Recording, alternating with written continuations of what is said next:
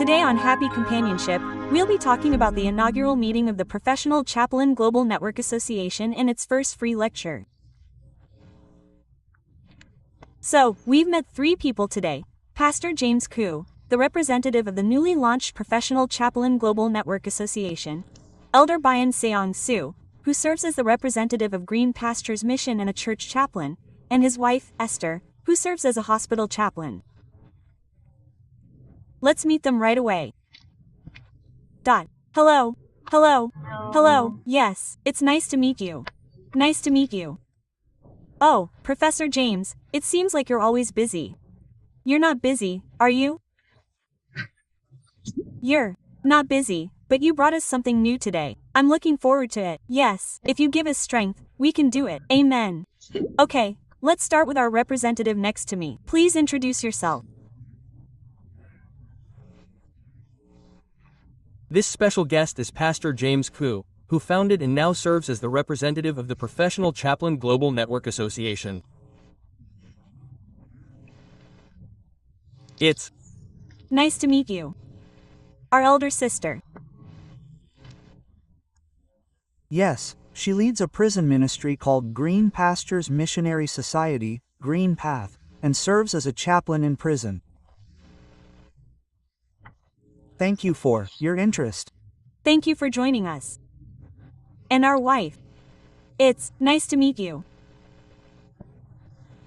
This is Esther, chapter 935, a hospital chaplain at Greenfield Care Center. It's nice to meet you. Yes, our wife's last name is Good, right? So, today, we're going to talk about chaplains with these three.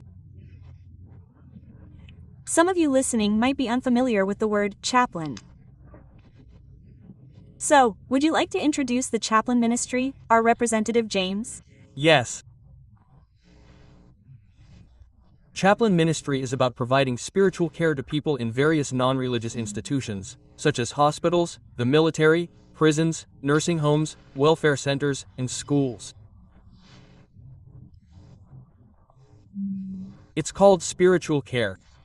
You could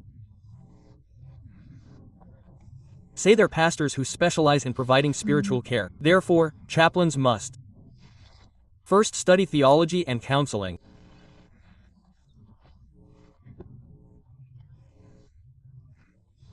Then, they assess the spiritual state of the adults and children, diagnose them, and provide help. It's a little different from pastoral ministry. Most pastors, I'm a pastor, but I do it in a sermon format. Yes. Chaplain is the same as Happy Companionship. Oh, really? It's about being there for them. Oh, yes. In that sermon, your wife suddenly passed away at the hospital. For example, let's say your husband is only 30. What do you say to him? There's no need to say anything. Next to him is chaplain. Just being there. Comforting them, and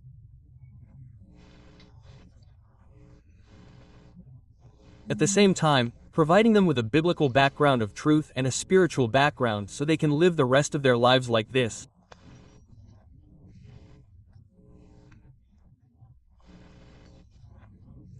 He's a professional pastor who can provide care within that context.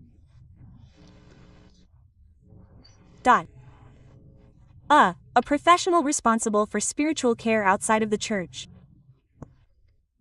You mentioned that, and when you used the metaphor of happy companionship, it made sense right away. Yes, thank you. Yes. Now, you mentioned Chaplin's ministry again, and that's why you created a new association. He's truly amazing. I'm always amazed every time I see him. You're working very passionately and diligently. Now, you've established the Professional Chaplain Global Network Association, and as I mentioned at the opening, you're even holding a kickoff meeting. Could you briefly introduce the association? Yes, we're APCGN, so it's a bit of a long name, the Professional Chaplain Global Network. Yes. It's a chaplain, but it's not just any chaplain. It's a gathering of professional chaplains, and it's not just in the United States. It's a global network. The reason for creating it this way is that the current Chaplain Association is not a government-run association. For example, the military is run by the military. The textbooks are run by the textbooks. And then there are the other associations. In a way, they're all gatherings like this. There are no major physical or legal problems in the hospital even if a chaplain isn't hired. Yes. Yes. Nurses are absolutely required to be hired, but there are no legal problems if a chaplain isn't hired. So, there are many nursing homes, especially in Southern California, where I researched about 300 nursing homes and care homes for the elderly. But when we minister there, we find that the residents don't receive much spiritual care. We just feed them and let them sleep there, and that kind of care is unavoidable, so we mentor them, but they don't know much about spiritual care. And especially, in churches, we have hospital ministry, so we go to the hospital once a week and lead a platoon and sing hymns, but these people often lack expertise.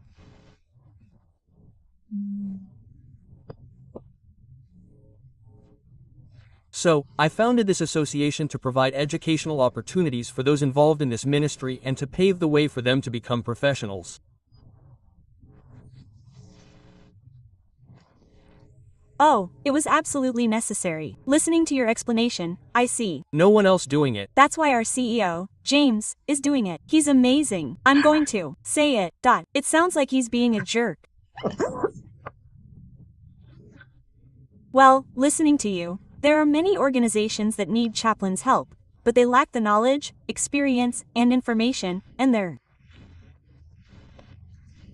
legally prohibited from doing so. And chaplain, who wants to provide this help, needs expertise. To meet both needs, this association was absolutely necessary. Yes, that's right. CEO James is doing this amazing work. Thank you. Well, as you mentioned, it seems like there are multiple areas for chaplains. So, when I introduced the elder next to us, I mentioned that he served as a prison chaplain. I'm curious about what kind of ministry he serves. Yes. I've been doing prison ministry since 1998. Oh, yes. Yes. I did it in 1998. The reason I started doing it was because the church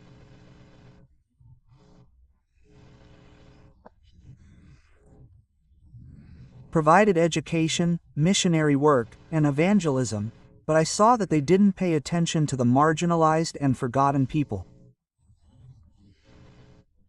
The church was busy.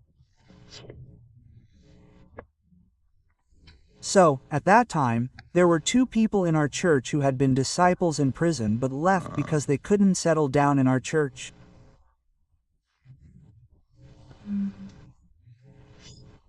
So, while I was thinking about doing prison ministry, I met an American chaplain. We went to a church service together, and when we got there, we found out, yes, well, people in the world eat, talk, and move around freely, but there are some who live like prisoners inside. They live outside, Enjoying freedom, yet they don't feel free. Yes, they talk, eat, and do whatever they want, but their thoughts and hearts are spiritually confined, and they live like they're in prison. On the other hand, when I meet people in prison, disciples, I see that while their bodies are physically alive, they live spiritually. I want to create people who have accepted Christ, repented of their past, and lived a life like heaven. Yes.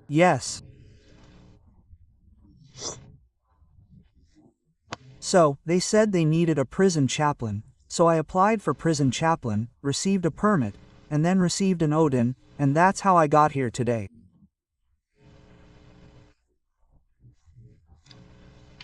I'm very happy to be here, and I hope to continue doing this work. Amen. Yes. You said you've been doing that work since 1998. It's not easy to do one thing consistently for so long, but it seems like our elder has truly accepted it as a calling and has been dedicated to it until now. Oh, so you just spoke again about the prison chaplain ministry. This time, our pastor's wife next to you is a hospital chaplain. So, could you please introduce the hospital chaplain ministry? Yes, yes. While serving in the hospital chaplain ministry, I realized that the chaplain ministry and the praise ministry go hand in hand and that they must go together. While a chaplain can enhance the effectiveness of a certain ministry by doing the praise ministry in parallel, I challenge myself to see if a praise minister can fully fulfill the role of spiritual caregiver like a chaplain. So, I actually didn't receive separate chaplain training. But with the conviction that it was truly God's guidance, I came to serve that hospital with such an obedient heart. But as the days go by, I realize more and more that these worship ministers are fully capable of fulfilling the role of chaplains, of providing spiritual care.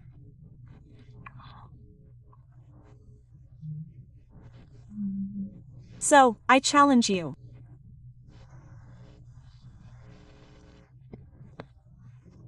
Everyone here is in wheelchairs, sometimes led by an assistant, into the sanctuary. When they come in like this, they feel truly helpless, and almost helpless. As far as I know, a significant number of them have dementia. So, they don't seem to know. But when we talk to them, they say, "Oh, my son came and went, but you didn't know. You didn't know." Quote, "It's frustrating. But how are they going to live the rest of their lives?" Because while the body can handle it, dementia must be so difficult, and I feel frustrated. But, serving the patients at this hospital, I've realized a lot. When we praise, when we serve in worship, this praise itself has tremendous power. So, I especially make sure to praise the blood.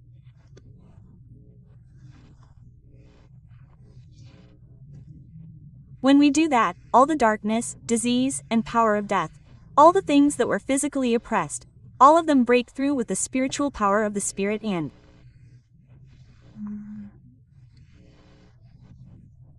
come out like this. I see these people, who are just helpless, raise their hands toward heaven. Wow, thank you to the hospital chaplain. I've discovered that even without a chaplain, these praise workers can handle the chaplain's work. So, I've had many thoughts like, oh, so that's why God guides us this way. I dare to challenge the worship leaders.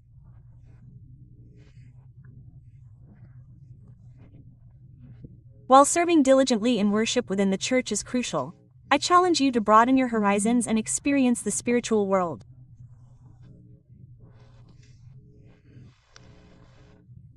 So, don't just stay in the church.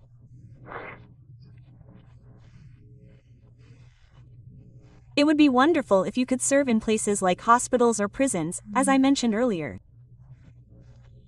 Yes. And especially, we often offer praise songs that express a hope for heaven. At those times,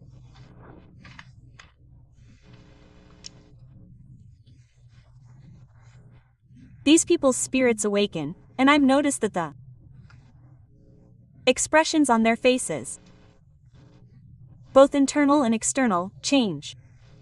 I've seen this spiritual response in many of these people. So, I can see what kind of spiritual response they're experiencing. Through this hospital chaplain ministry, especially serving in worship, I've learned that worship is incredibly important as a Christian. So, while worship may seem like everything, it's not.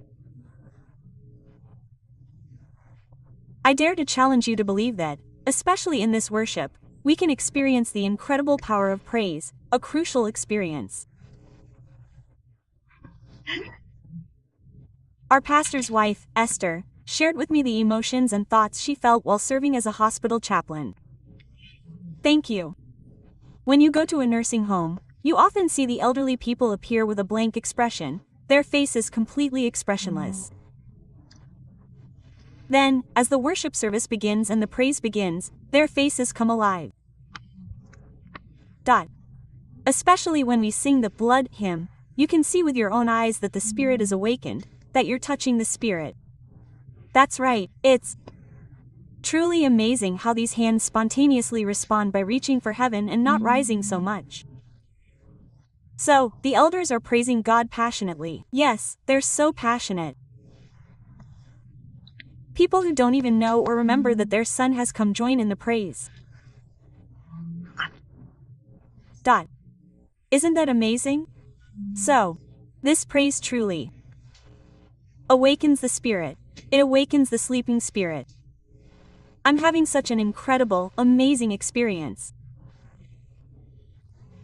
So, for those of you who have heard this far, I also volunteer at nursing homes regularly and serve through praise. So, should I try being a hospital chaplain?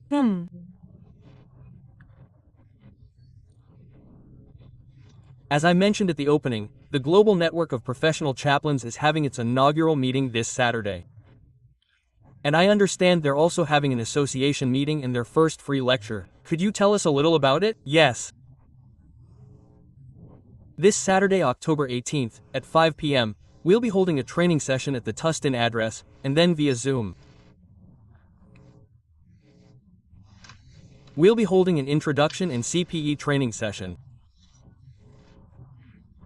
The weakness of CPE is that it's a clinical education program, so there's a training process within the Flynn course. Typically, you're required to complete 4 sessions. The duration varies depending on the individual, and clinical hours are also required. We're providing training on these processes, and we're preparing to provide a detailed introduction while discovering the relevant information. And in the counseling training, there are several components. First, there's training on the target audience. Next, you don't just receive training. This CP training requires you to apply what you've learned in practice. We'll study this way, giving examples. For example, if a senior has dementia and their family has some issues, the chaplain practitioner will record all the conversations about the playtime event, and I, Kieran, will use the word candidate. The candidate will write all the words verbatim.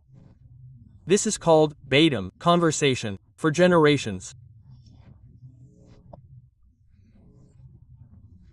The patient has talked about this, and the chaplain will analyze this conversation and supervise it. The supervisor will say, "Hey, this is a time when it would be better to have a conversation like this," and this is skill building. In a way, it's not just studying with your head. Chaplain studies with your heart, not your head. We're currently in our 3rd year of chaplain training through Global Vision University, and one of the trainees has this real-life case. This person's son fell and was in a coma for 3 weeks in the hospital. From this mother's perspective, those 3 weeks. Even now, when she talks about it, she says he was dead. So during that experience, she didn't see a chaplain at the hospital. If there had been a chaplain at the hospital, they would have come from the church and done some sort of thing, but now that she's receiving chaplain training, she can speak on her own. So, to what extent are we talking about? Hospice care? Excuse me, but the hospital has given up, right? Yes. In technical terms, they've given her a final diagnosis. And she says she can't go to the hospital anymore and has 3 months left, so they ask her to go home and Rest until she's well. There's a chaplain at the church who goes every week and practices what she's been trained to do. We really talk and comfort that person. Actually, chaplain, the patient is important too. The patient's wife. Oh. Yes, especially that man over there, he was a strong man. Yes, his wife would follow him around throughout his life, and he would do anything, but now he's changed. He told his wife, "Oh, you've had a hard time." Yes. Actually, I hear those kinds of stories now, as I do my ministry. Usually, this training course goes on for 8 weeks, and it's something students can learn. This time, we're initiating conversation and education. It's real education. So, we really do 1 unit of the training course. We really do 1-hour classes. Yes. That's why it's free. We normally charge $300 per person. We charge a tuition fee, but you can come and join us, or you can go to our website via Zoom. It's APCGN. You can apply by going to apcn.org, the global network of pastors, and applying. We'll send you a Zoom link. Yes. Oh, and you also introduce these meetings and trainings. Listening to our representative, you said that chaplain ministry is not a ministry of the head but of the heart. Just like the example you mentioned earlier, we often feel a spiritual need in our daily lives. If we can hear the gospel of chaplain, meet God, and satisfy our spiritual hunger, isn't that a truly important ministry? Question mark. Indeed, that's true. Yes, that's why you created this association, and since you're coming, it's not just a meeting. As you mentioned, you can also attend practical lectures, so I think it will be a very beneficial time. So, let me explain it again. This Saturday, October 18th, at 5 p.m. The location is in Tustin.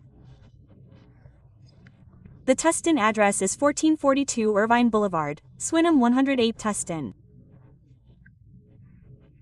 They also said if you call them, they'll give you the address so you can join via Zoom. You can visit their website, which is apcn.org. You can also visit the APCGN article. For those who prefer to call, you can call 949-667-0264. 949-667-0264 is all I've mentioned. It's all in the subtitles at the bottom of the YouTube video, so please refer to that. Now, you've established and are promoting this association, which is necessary for the association. I'm curious about your vision for this association. Why did we come to have this vision? Actually, there are American associations. American associations have educational programs and various requirements, so if I were to talk about cutoffs, it's a bit difficult for Koreans to approach them. Yes, I've taken the program, so I feel it's difficult to follow, but the process itself isn't bad. That's why I started this association. Currently, there are so many vacancies in the Korean community for volunteers like those doing hospital volunteer work or providing spiritual care.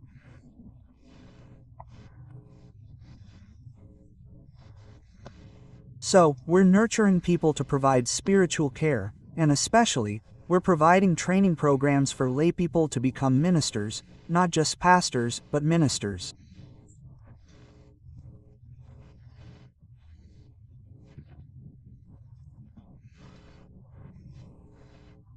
Through conferences and meetings, we're also planning to have chaplains come to these 300 nursing homes, and they visit patients just like nurses or hospitals do.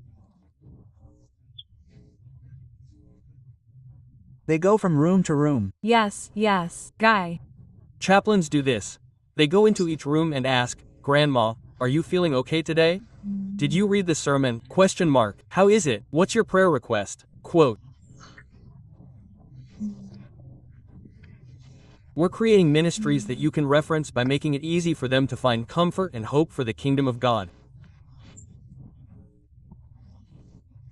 That's the vision and dream of the association. I always feel this way. The scale of the vision our CEO, James, envisions is always extraordinary. That's why the name also includes global. Yes, that's right. Oh, let me see. Looking at who can attend this meeting, it would be great for chaplain ministers, pastors, social workers, caregivers, or anyone else interested. It's this Saturday at 5 p.m. I hope many of you remember to attend. Now, time is up. So, finally, our CEO, let's give a message to our listeners and conclude. Chaplain ministry is a much-needed ministry. It's a ministry that shares God's love and provides spiritual care. Professional chaplain ministry is being carried out in various places, including hospitals, churches, and social welfare organizations. This is a way to reach our neighbors.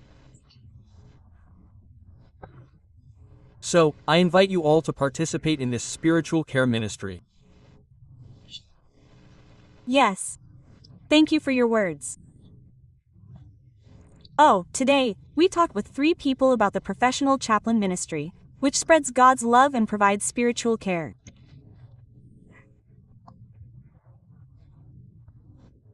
If you are interested in the ministry of caring for our neighbors in need, I think it would be helpful to attend the first Professional Chaplain Global Network Association meeting this Saturday at 5 p.m. and even attend the free lecture.